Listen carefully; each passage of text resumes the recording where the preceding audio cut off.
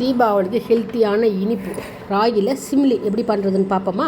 நல்லா ராகி மாவு எடுத்துக்கோங்க. நீங்கள் கடையில் விற்கிற மாவு தான் நான் எடுத்திருக்கேன். அந்த மாவை எடுத்து லைட்டாக உப்பு வந்து சும்மா பேருக்கு அப்படி போடணும். போட்டுட்டு நீங்கள் தண்ணி தெளித்து புட்டுக்கு விரவுற மாதிரி விரவிக்க வேண்டியதான்.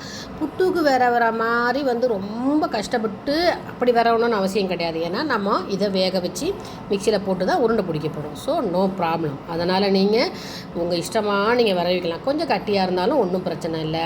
கரெக்டாக புட்டுக்கு விரவினாலும் பிரச்சனை இல்லை. நல்லா விரவி இட்லி குண்டால் வேக வச்சுக்கோங்க. நல்லா ஸ்டீம் வந்ததுக்கப்புறம் சிம்மில் வைங்க. ஏன்னா கேப்பை வேகணும் இல்லையா.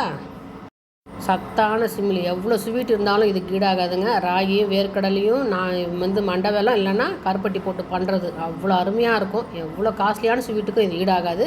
இட்லி குண்டால் வேக வச்சு எடுத்து தட்டில் போட்டுட்டு அதுக்கு முன்னாடி நீங்கள் வேர்க்கடலை தோல் உரித்து வச்சாலும் சரி, தோல் உரிக்காமல் வச்சாலும் சரி, வறுத்த வேர்க்கடலை எடுத்துக்கோங்க. பச்சை வேண்டாம்.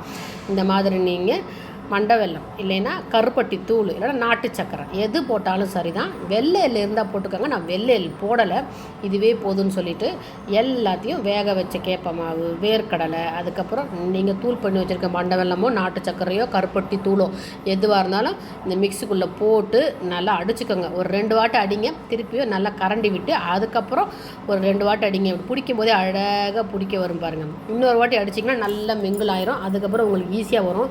நம்ம இதில் எண்ணெய் ஊற்றலை, ஒன்றும் பண்ணலைங்க. கேப்பையில் நெய் ஒழுகுதுன்னு சொன்னால் கேட்குறவன் கேனைனான்னு சொல்லுவாங்க. கண்டிப்பாக அந்த கேப்பையில் நெய் ஒழுகுங்க. இங்கே பாருங்கள், என் கையை பாருங்கள், அவ்வளோ அருமையாக இருக்கும். அந்த வேர்க்கடலை இருக்கிற அந்த ஆயில், கேப்பையில் இருக்கிறது, அதுக்கப்புறம் மண்டை வெல்லம் நாட்டு சக்கரையில் இருக்கிறது எல்லாம் சேர்ந்து அவ்வளோ ருசியை கொடுக்குங்க இந்த ஸ்வீட்டு. வேறு எந்த ஸ்வீட்டு எவ்வளோ முந்திரி பருப்பு காஸ்ட்லியான ஸ்வீட்டுக்கும் இது ஈடாகாது. நம்ம தீபாவளிக்கு பாரம்பரிய ஸ்வீட் ஏதாவது பண்ணணும் இல்லையா, அதிரசம் பண்ணுவீங்க. அதே மாதிரி நீங்கள் இனிப்புக்கு இந்த சிம்லி பண்ணுங்கள். ராகியும் வேர்க்கடலையும் கருப்பட்டியும் போட்டது ரொம்ப அருமையாக இருக்கும். செஞ்சு பாருங்கள். பசங்களுக்கும் கொடுங்க. இதை வீட்டில் செஞ்சேன்னு சொல்லிட்டு கொடுக்காதீங்க. கடையில் வாங்கணுன்னு சொல்லிட்டு கொடுங்க, சாப்பிட்டுடுங்க. அப்புறம் நீங்கள் உண்மையை சொல்லுங்கள். ஓகே, அனைவருக்கும் தீபாவளி நல் வாழ்த்துக்கள்.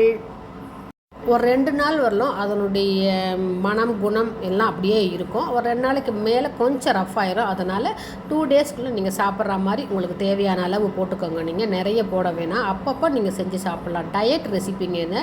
இந்த ரெசிபி டயட்டுக்கு ரொம்ப ரொம்ப யூஸ் ஆகும். அதனால் காலைல 2 உருண்டை, மதியம் 2 உருண்டை, நைட் 2 உருண்டை, ஸ்லிம் ஆயிருவீங்க.